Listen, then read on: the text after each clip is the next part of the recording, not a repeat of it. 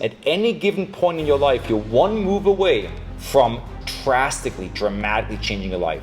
And I think that's a tool in the toolbox that people aren't thinking about enough. If everything stays same, you have the same business, you have the same routine, you do everything identical, but you change the setting.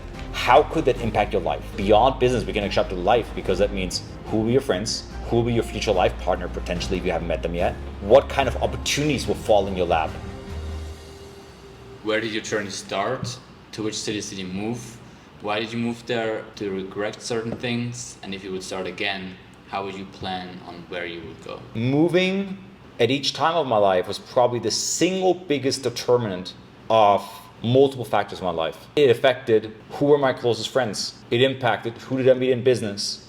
It impacted quality of life, but separately, like, what are you mentally exposed to, right? Like, every city has a different vibe. Every city has a different culture. Over time, you generally assimilate because you'll go to different local networking events. You will have different neighbors, and all these things will unlock different doors. And I think too many times we think of our location as a constant. I grew up in this town, so I belong in this town. So I'll always be. How about you challenge yourself and say, like, hey, for the kind of person I am and the kind of aspirations I have, what would be the right city for me? I've made 3 moves really in my life, which was from Germany to America. That hands down was the biggest life change I've had. From a mindset perspective, America is just incomparable. And also from an access perspective for young people, being able to be an entrepreneur. If I had to roll the dice again, right, and like young Felix going versus young Felix not going, would completely change the trajectory. That means at any given point in your life, you're one move away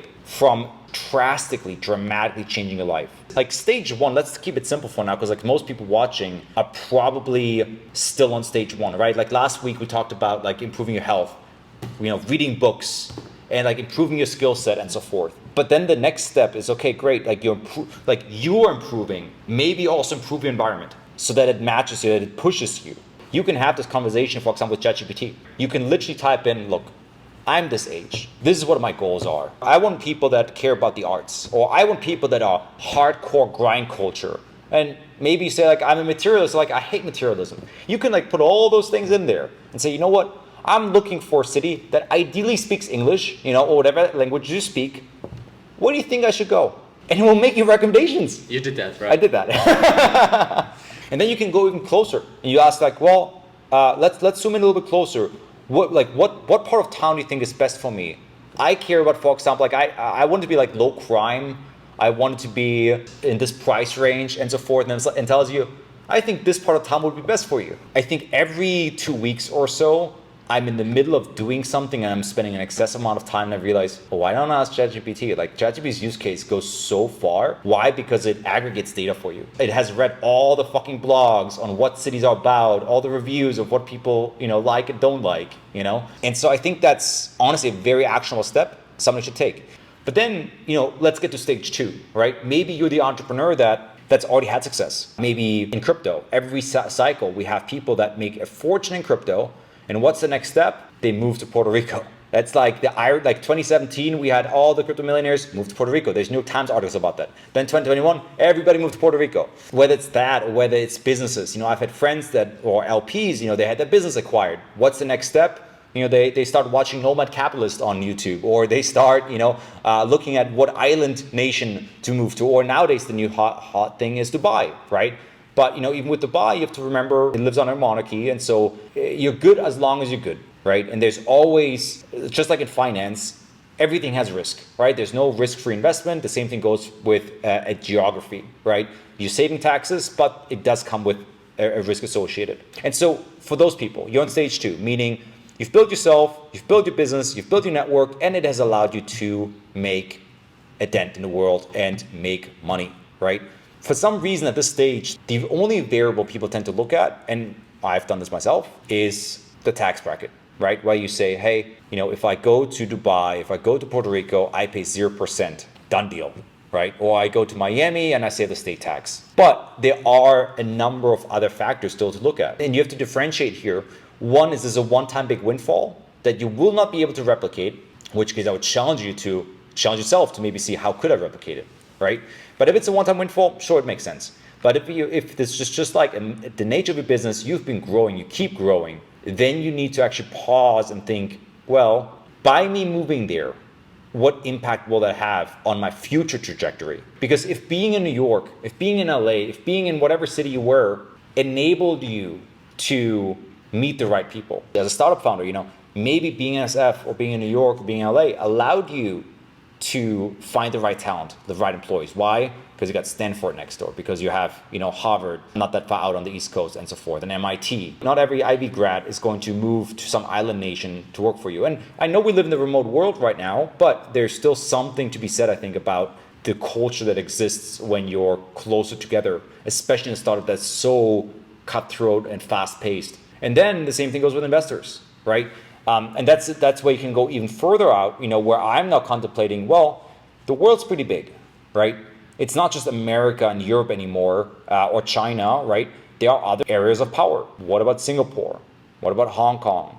What about Saudi Arabia?